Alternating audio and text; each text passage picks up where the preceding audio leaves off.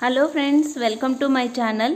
ఈరోజు నేను మీకు పొనగింటాకు వేపుడి ఎలా చేయాలో చూపిస్తాను రండి. ఈ పొనగింటాకు మేము పెంచుతున్న తోటలోనే పెరిగిందండి. చాలా హెల్తీ, ఇది అసలు కంటి చూపు బాగా మెరుగుపడుతుందండి. సో దీన్ని అట్లీస్ట్ మనము నెలకోసారైనా తింటూ ఉండాలి. దానికి నేను పొనగింటాకు తీసుకునేసి దీన్ని బాగా వాటర్లో క్లీన్ చేసుకున్నాక దీనికి పచ్చనిపప్పు ఒక హాఫ్ కప్ వరకు తీసుకునేసి ఉడకపెట్టేసుకున్నానండి.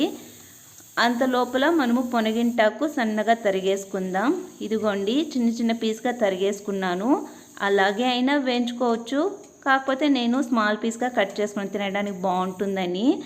సో తర్వాత నేను కడాయిలోకి ఒక 2 టేబుల్ స్పూన్స్ వరకు ఆయిల్ తీసుకున్నానండి.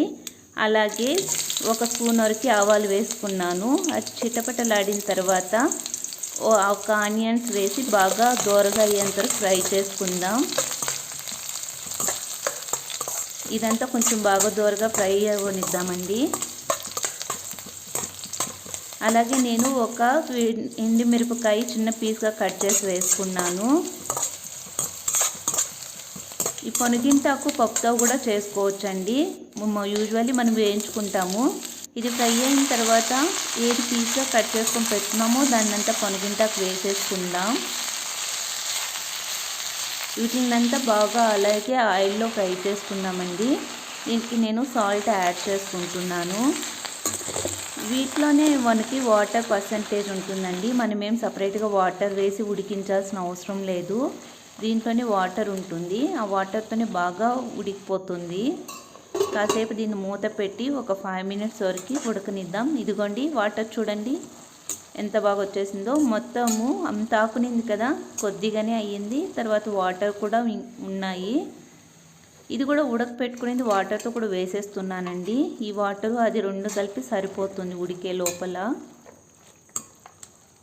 సో దీన్నంతా బాగా ఫ్రై చేసుకుందాం.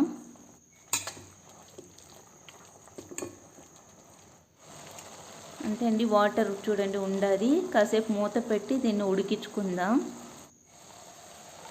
ఉడికిన తర్వాత నేను ముందుగా పొడి చేసి పెట్టుకున్న శనగగింజల పొడిని వేసి మిక్స్ చేసుకుంటున్నాను. అంతేనండి, ఇంకేం ఇది ఎక్స్ట్రా మనం చేయాల్సిన అవసరం లేదు. టేస్ట్ అయితే సూపర్గా ఉంటుంది. రైస్తో మిక్స్ చేసుకొని తింటే కూడా చాలా బాగుంటుంది. ఇది కంటి చూపు మెయిన్గా బాగా కనపడుతుందండి ఇది తినడం వల్ల.